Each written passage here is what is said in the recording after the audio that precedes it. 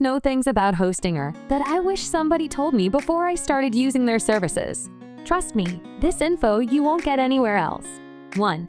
Pricing reality. The price you see on their website doesn't accurately represent how much you'll be paying if you continuously use Hostinger.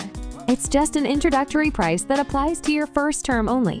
For example, if you buy the cheapest plan for 48 months, you'll pay a one-time subscription fee of around $95. However, after the 4-year period is over, you'll have to pay $191 if you want to continue using the service, because the renewal fee is no longer $1.99. It's actually $3.99. How is this even legal? And how can they get away with this? The sad truth is that it is legal, and almost every single web hosting company uses this tactic.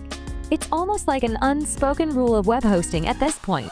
On the bright side, Hostinger's price increase isn't as bad as most other popular companies in the space.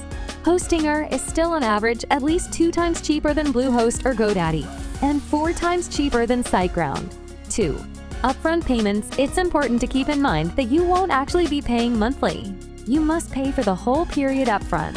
So if you're buying for 4 years, you'll be paying for 4 years upfront at checkout.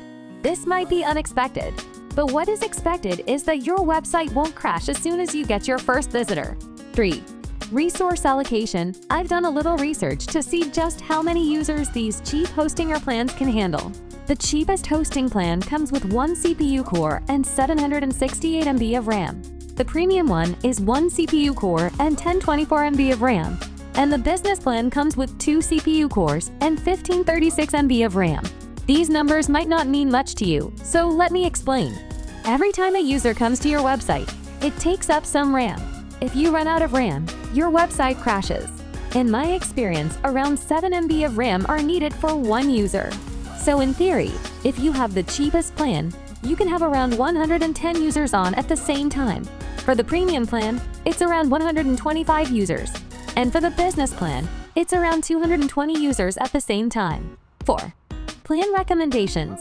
If you're just creating one website, there's not much reason to buy the premium plan because the resources you get are almost the same as the cheapest plan. However, there is another thing you must think about. E-commerce stores, blogs, portfolio websites, small business websites, and resumes all have different needs. For example, e-commerce stores often need additional plugins for custom functionality, which takes up more CPU power.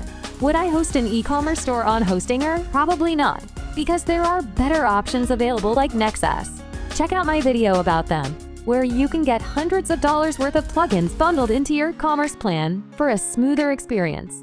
Hostinger plans work best for websites that you need to set up fast and easy, because the interface is incredibly easy to use compared to most other web hosting providers. You have everything in one place, so you don't need to buy things from different websites, and you can create a professional site within like 20 minutes. All the technical aspects are fully automated, so you only need to worry about the text, images, and layout of your website. 5. Performance boost and staging environment. Hostinger has a really neat feature to help you out when your website gets a spike of visitors. Once a month, for 24 hours, you can significantly boost your website's performance, doubling or tripling it.